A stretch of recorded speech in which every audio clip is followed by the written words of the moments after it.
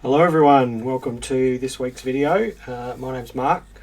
I own and run the Purple Penny along with my wife Catherine. Purple Penny is a small family owned coin and banknote dealer. We're in northern suburbs of Adelaide in a place called Mawson Lakes. We've been doing the coin and banknote thing here in this shop for about 5 years. I've been doing these videos for a bit less than that, but we try to do them every Monday at around about this time, which is 12 o'clock Adelaide time. Welcome. I hope everyone has had a great week. We had a busy week last week. We did a lot of buying last week. We did a lot of selling last week. It was definitely busier than the week before. There's been a few interesting things come into the shop because, of course, most of what we do is buying things over the counter and selling them through the shop or through our website. So we do get the odd unusual thing coming in, and every now and again when I have writer's block and can't think of a topic of the day, today being one of those days, I just do a bit of a show and tell of some bits and pieces that are laying around here in the shop and just explain where they've come from and what's significant about them. So that'll be what we talk about later. But before we do that, as always, we say hello to everyone who has said hello in the comments. Hello Gary, Peter, Greg, Ted, another Peter, a Petra, a Gwen, John, Brett, Jason and Charles. Hello everyone. I'm sure you probably know that today is the Bluey release day. Australia Post and the Royal Australian Mint have released a suite of Bluey coins. The Royal Australian Mint didn't make them available to their authorised dealers like us, so we got nothing from them. We did get offered a whole bunch of stuff from Australia Post, but unfortunately they didn't really give us any of it, so we got a very limited number of the tubes and folders. We got nothing else, so I will just talk about the Bluey ballot process and everything once we get up to that. So let's just pop up the news slide here. Adelaide Coin Expo is of course coming up on October 5th and 6th. That'll be at the Torrens Parade Grounds, which is just over North Terrace in the middle of the city. Gold coin donation for entry and $10 cash only parking if you want to park out the front of parade grounds. There'll be, I believe, over 30 dealers there this year, which is the most that we've had at the expo, and the Royal Australian Mint will be there doing a coin swap, we hope. They're certainly going to be there. We hope they'll be doing a coin swap. It is the best coin show in Adelaide. It is the only coin show in Adelaide, but even if it wasn't the only one, I'm sure it'd still be the best one. Catherine and I are going to be in our usual spot, which if you come to the parade grounds and face the drill hole, we're right by the door on the right hand side, so we'll be there in our usual spot this year. Looking forward to doing a lot of talking to people when they come in. I always speak non-stop for basically the entire 2 days. New RAM releases, of course we had the Charles rolls released last week, the balance of the rolls. The Mint released premium 5 cent and $2 rolls earlier this year, and then they released the premium full suite of premium rolls in boxes, and then they released the balance of them last week. Now Catherine and I basically chose not to participate in that process, so if you did get your rolls, congratulations. We didn't get any non-premium rolls. We just chose to not participate in that particular product. This week on Thursday we have the Christmas coins coming up. For the last 3 years or 4 years, the Mint has released a coloured 50-cent piece in 5 different coloured packaging, so the same coin in 5 different coloured packets, and a silver proof version of that coin. So they'll be available this Thursday through the Mint and authorised dealers. No doubt there'll be another ballot on Wednesday, I would have thought. We got compared to last year, we got a very limited allocation of those, so we certainly won't have any available through our website. We're still trying to work out what's happening in the shop on Thursday. So if you are one of our regulars and come in here into the shop, feel free to send us a message. Unfortunately, we won't have any available via the website. So a few more hellos before we carry on. Hello Kim, Catherine's watching, Daryl, John, Warren. No Warren, our planetary sets are sold. Hello Ash, hello Steve, hello Michelle. Peter wants to know if we'll have a dog with us this year. No, we'll arrange for the dog to go somewhere else. It's a bit unfair on the dog to be stuck inside for 2 full days, Peter, and it's a little bit of pressure on us to make sure he gets to, or she gets to go out and go to the loo. If the show is very busy, sometimes we don't have time for that, so the dog will go somewhere else that weekend. Hello Ray, and hi Jason, Antonius, David. Okay, so we'll just get on to the Bluey stuff next. Of course, today is the day that Australia Post and the Royal Australian Mint released the Bluey coins. It was I imagine it was a suite of coins that was commissioned by Australia Post. They basically pay the Mint to make those coins, and then they get the rights on distributing them, apart from a small number that the Mint keeps. And then Australia Post was responsible for distribution to resellers like us. We do get the odd Australia Post release. As I said, they really didn't make anything available to us, and we didn't get offered them at all via the RAM. So Catherine and I sat at the breakfast table yesterday morning, on Sunday morning, and entered the ballot for all of the proof coins and the privy coins on cards. So there was a tube and folder, a 10 coin tube and folder, $29, aluminium bronze proof, which I think was $50, a silver proof, which I think was $95, and then 10 different dollar coins with privy marks on cards, which were $10 each. I think that was the release suite. I'm sorry, I don't really know, because we didn't get offered it, so I didn't take too much notice. And of course today the Australia Post website's crashed. Everyone's getting negative results from their Bluey ballots that they did through the Mint. So I put in the 10 individual coins and the 2 proof coins, so that's 12 entries that I made, and I got 2 of the dollar privy mark coins. Catherine just entered for the proof coins and she didn't get anything. And David is asking why people miss out on the ballot for unlimited releases. Well, David, that's because, one, they're not unlimited. Of course, they're not going to make an infinite number to demand. They make however many they make, and that's what's available on release day. And not all of those available via the ballot. So in the case of this product, it's almost certain that Australia Post got the lion's share of them. And the Mint, when they sell things, they have an allocation that they make via their website, via their phones, and via ballots. And once that allocation for the ballot is exhausted, then it's exhausted. Unlimited doesn't mean they just keep making them to demand. It has never meant that. And of course, it's worked exactly the same way with every other unlimited product that's gone out through the ballot up to date. And it's not unusual for coins to be available perhaps via the Mint's phone line or their retail shop, but not available via their website. And certainly, that is very normal. So it's not unusual for the ballot to work that way. Unlimited doesn't mean that everyone gets one. Because if it's much more complicated than just saying they're making an infinite number. Now, of course, Australia Post website crashed, and it crashed hard this morning. I did see Catherine was sitting in the other room reloading the page every now and again and relaying the different error messages that the Australia Post website was showing to her this morning. And of course, if you jump on to hang on a second.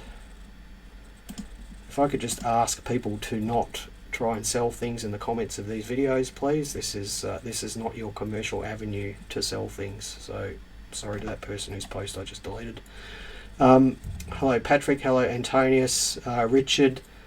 So congratulations if you managed to get the Bluey coins this morning. If you're wondering how people get multiple tubes and things like that, because I did have someone ask me about that, it's simply because those people usually have contacts at a post office, and they either put their name down and get them on release day, or I believe the LPOs, even though they are, I believe they're told by Australia Post that they shouldn't release things before release day. The LPOs, which are the franchises rather than the post offices that are actually run by Australia Post, they often sell their product to people before release day. Why? Well, maybe the coins are just a small part of their business and they see it to be a bit of a hassle, so they're quite happy to sell the whole lot to one person and just get it out of their hair. I don't know why. Is it the right thing to do? Well, we don't do it. Lots of coin dealers don't do it, but then lots of coin dealers do it. And I can't really.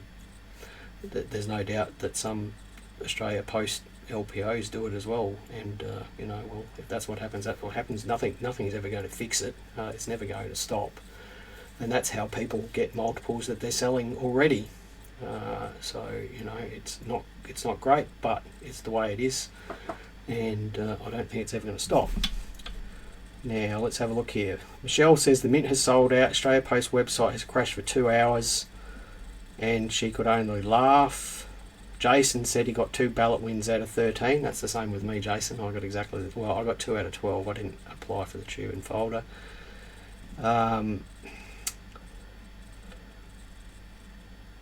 Cal's Coins managed to get an aluminium proof in the store at a post office. That's fantastic. Congratulations for that. Sylvia says she got a set. Antonia says you got 2 tubes at the post office this morning. Hello David. Hello JJ. Right, thank you everyone who's commented on that. And Warren, no worry, I think it was, sorry, the person who made that post. Yeah, look, that's okay, but please no selling in the comments on our Facebook page or in our videos, please. Right, next item in the news. I think we'll just let Bluey go from there. Peter Andrews, who is watching here today, Peter tracks lots of sale prices on eBay of various products, and he was keen last week to send through some graphs of some $2 sales, and he's noticed a change in the last week or two. So there are completed sales for the 2023 $2 35th anniversary set and the 2012 $2 Remembrance Red Poppy, and so those are over the last several months, and you'll actually notice with both of them at the right hand side of both of those charts that there is definitely a bit of an uptick there. He did supply me with some other graphs, including some Bluey coins, but I decided not to include those because I feel like they're probably influenced by the upcoming, or the Bluey coin release that's happened today. So since Peter has been tracking these, which looks like, since August and end of December last year, this is really the first uptick that he's seen in those prices. Now, what does that mean? Well, it's probably a good thing, I guess, for the coin market. It means perhaps that new people are entering the market. Maybe it means that people are finding a bit more disposable income. I'm not really sure, but it is really interesting for us as coin collectors and us as a coin shop to see that maybe there has been a bit of a turnaround in that stuff, because certainly for the last 2 years we've seen a constant drop in prices for most $2 releases. So perhaps there's good things coming there in the future for us. Right, just have a look what's saying here.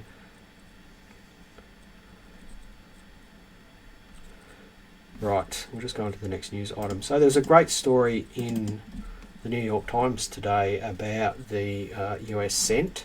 Now, I'm not going to call it a penny like they do. It is a cent. It is the smallest denomination coin that currently circulates in the US. It is 1/100th of a dollar. It's 2.5 grams of, it's a bronze coin with a steel core. And they have circulated, cents have circulated in the US since the late 1700s, and they are still legal tender over there. But what the US Mint has found is this thing that they're calling the perpetual penny paradox. And what does that mean? It means that because the US cent still exists, people can still price things at $7.99 and $7.98 and $7.97 and $7.91 and 2 and 3. And that means that vendors or shops like us or delis or supermarkets or whatever must have 1 cent pieces available so that they can give them out as change. But what the Mint has found is that the vast majority of 1 cent pieces that are given out in change are taken home by people and put into jars, or stored or simply lost. They are never actually spent. And the US Mint suspects this is between 80 and 90% of US cents are given out in change once and then never used in commerce again. They basically just disappear. And the trouble with that is that the Mint every year, the US Mint every year, needs to keep producing 1 cent pieces to allow shops and vendors to give change. Now, the US Mint estimates that there is more than 240 billion US cents still in the USA. 240 billion. Now that means that for every man, woman and child who has ever lived in the history of the world, they could have 2 1 cent pieces each. That's how many of them are around. How much does that weigh? 600,000 tons. 600,000 tons of US cents are sitting there in the USA not being used. How much is 600,000 tons? That's 11.5 Titanics. So we are talking about a lot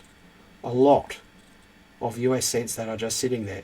There are so many just sitting there that the US Mint has said that if the US population suddenly brought them all out and started spending them, it would cause a huge crisis because there is not enough storage space in banks or the US Mint's warehouses to store the 240 billion coins that the general public has stashed in jars and money boxes. That's how many they are. Currently, the US Mint is spending $90 million a year making pennies. They're losing $90 million a year making pennies. And why? The answer is why. And the answer is that mostly people don't care. Politicians don't care and the public doesn't care. And unfortunately, lobbyists are the people who, in the US, who basically try to convince politicians to do what they want. The lobbyists do not want the US cent got rid of because there are too many jobs associated with the making of the coins and the supplying of the raw material in some states in America that they will not allow the production to stop. So, the US cent, is it needed? No, and everyone in the country knows it. And I believe Barack Obama actually said that the US cent is a great example of a failure in the US political system where something that everyone knows they don't need just simply cannot be got rid of. Cannot be got rid of. So what a great story in the New York Times. The perpetual penny paradox. If you want to jump online and Google the New York Times and read that whole story, it is easily one of the best coin-oriented stories that I have read online. Now, what we might do is that because we've gone from the good news stories online about coins, I thought we might go to the crap news stories online.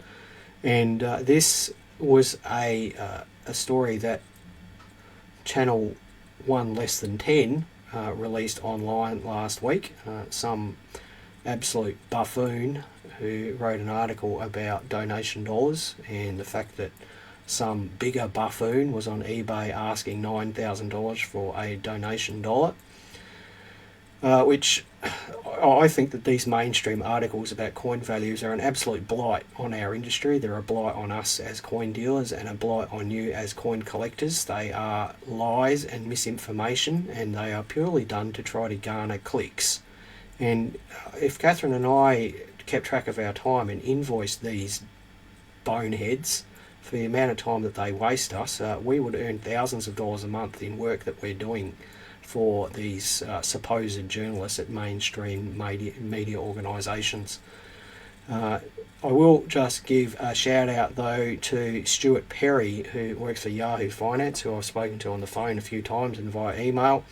He diverged from the group think this week and published an article on Yahoo News about the fact that these other articles are a load of old crock. And he quoted several coin dealers about why they're a load of old crock, and he had a great quote there.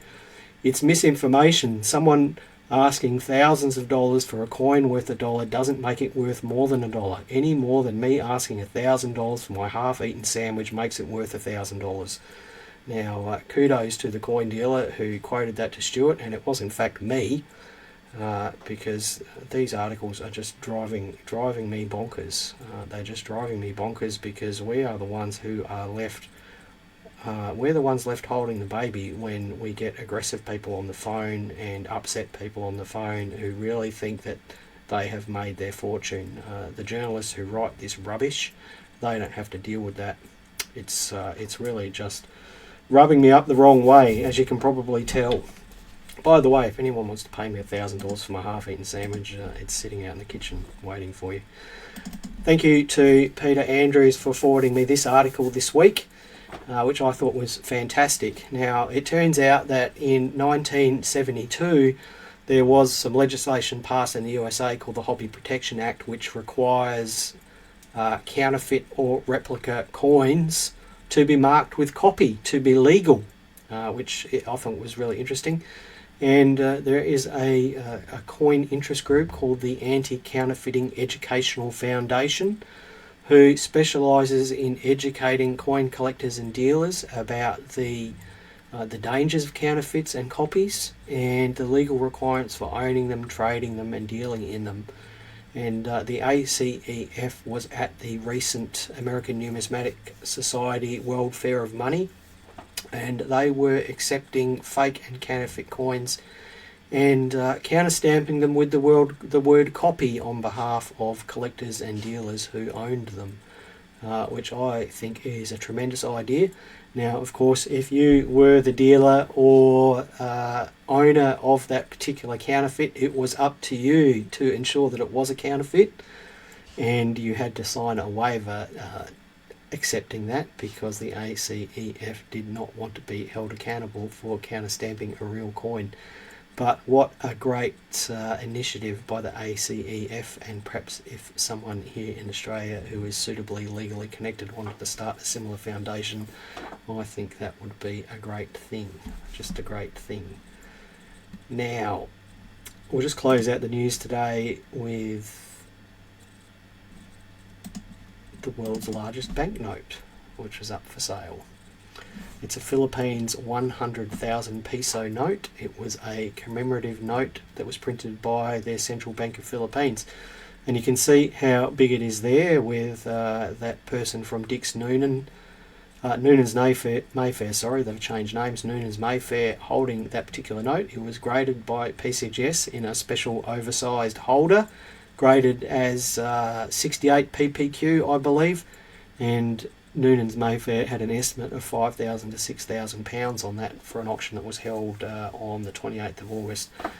Unfortunately, it was passed in, which is a great shame that the largest banknote in the world was passed in. So I'm sure if you were interested in owning an MS68 version of the largest banknote in the world, that Noonan's Mayfair would like to get a message from you, because it's probably still available. Now, every week I try to have a topic of the week, but on weeks like today, where I had complete writer's block, I had no idea what to talk about, I thought I would just do show you a few things that have come in the shop here. Now, obviously we buy lots of coins and banknotes. We buy other strange things as well. If you come into the shop next week, ask to have a look at our US flag that we bought last week. It's sitting on the shelf out the front. Ask to have a look at that, and I'll tell you the story about that. But there were a few things that have come in the last fortnight that I thought I would share with you. This is the first one. So you can see that there. We've got a a black desktop stand, and inside that is a round item, which you can see there. So I'll just pop that out. So on one side it has a calendar and a picture of a dog, and it says Year of the Dog on it. And on the other side it's got a representation of the Perth Mint and the date 1994 and the other 6 months of the calendar. And you're not going to be able to see this on the video, but around the edge it is actually numbered and leaded, saying that it's 5 ounces of 999 silver, and it's individually numbered as well. I think it's number 50 something, I can't remember. So this dates to 1994. The Perth Mint's record keeping in their early years I'm sure it was excellent, but very few of those records are available online, and by very few I mean none.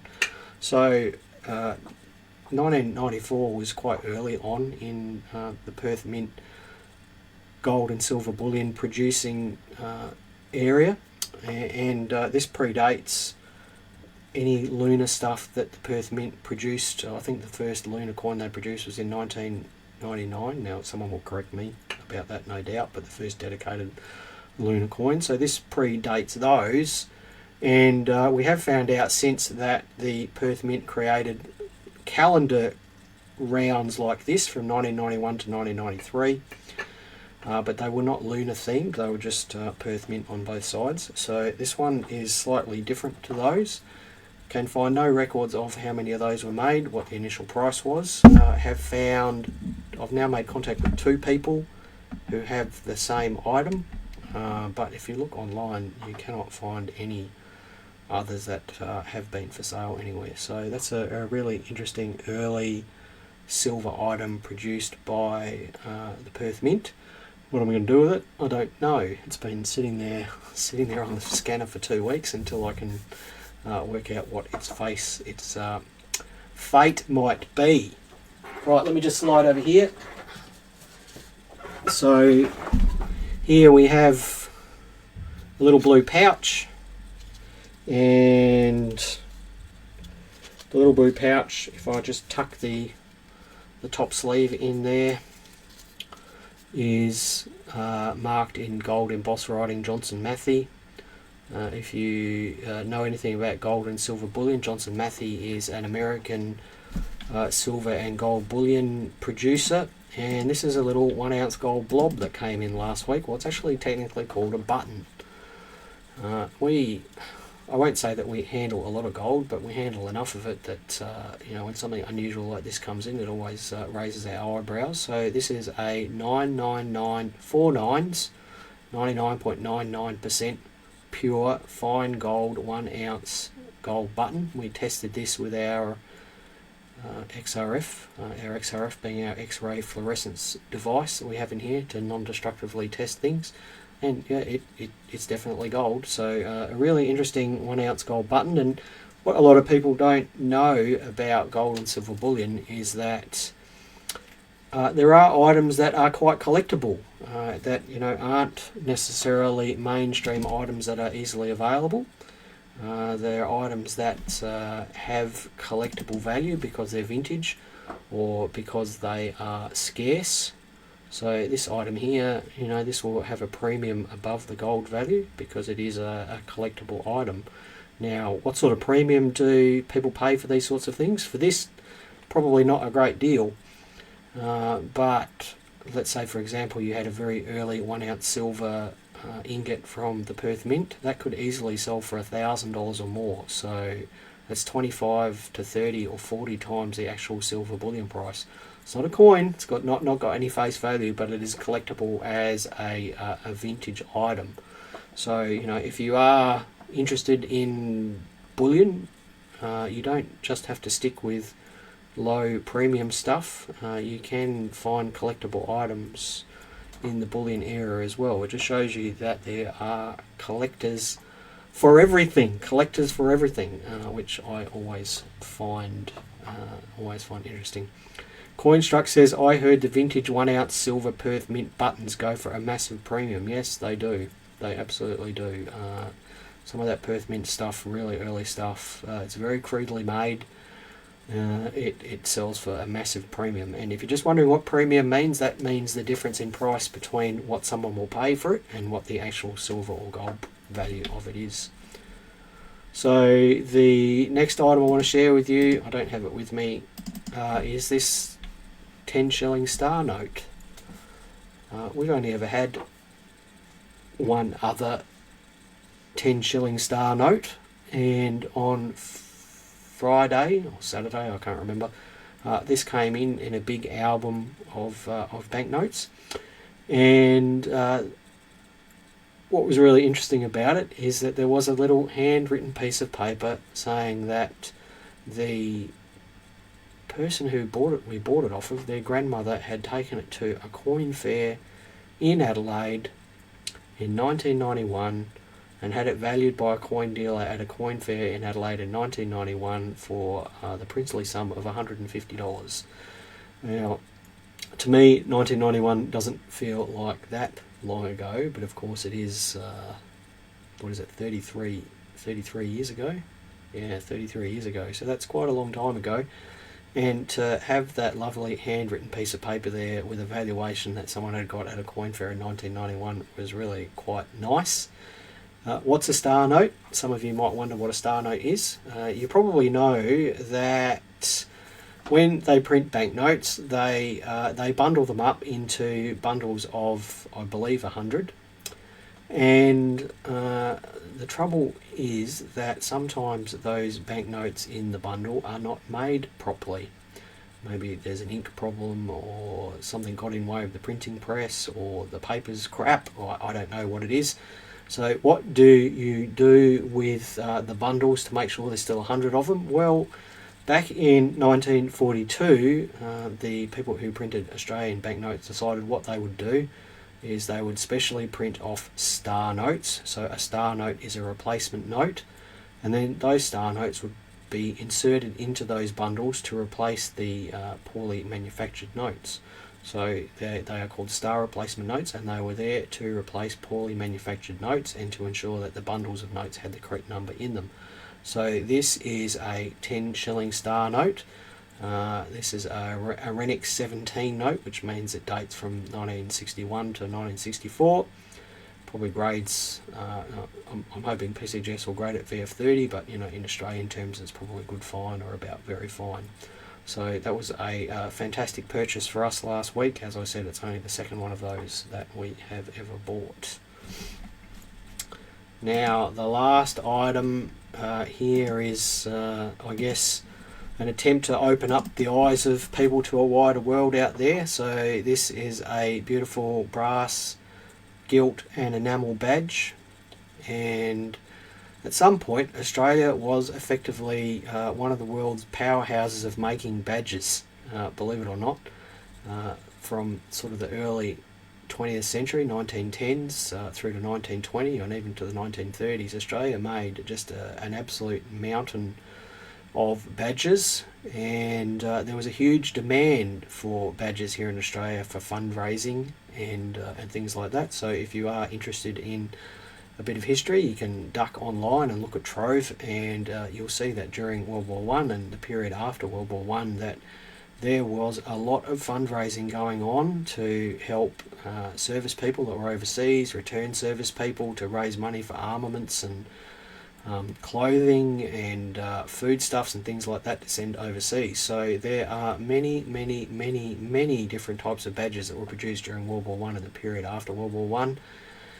This one is probably a fundraising badge, and what makes this one interesting is it is quite early. It probably dates to 1915 because it is depicting the Dardanelles, which at that point was really the only major theatre that Australian service people had been involved with, and it is in lovely condition with all the enamel in place. So this is a fantastic purchase for me personally. This one I'll hang on to this one probably. The only other one of these I've ever seen had most of the enamel missing, and so I'll have to dig that one out and replace it with this one. So that's a lovely badge that we bought, and one can only wonder how it made its way down through the next 108 years to land here in this shop in such wonderful condition. Now, I will just say this one isn't made in Australia, it's actually made in the UK, but these were made in the UK and then I believe distributed here in Australia. And if you jump onto the Australian War Memorial site, you'll actually find a silver one of these up on the Australian War Memorial site. Right, so that's a few purchases from the last week. Hopefully you found them as interesting as I did. Now I wish everyone luck getting their Bluey coins. I hope that happens for you, that you get what you want. Yeah, I guess just don't get too frustrated. It is supposed to be a hobby, so don't get too frustrated if you don't get what you want. Christmas coins are due for release this Thursday, so good luck with those. I hope you get what you want there. So we'll wind it up there. Good luck, everyone. Have a happy week. Have a great week. Happy collecting. Stay safe. Stay happy, and we'll see you next time. Bye for now.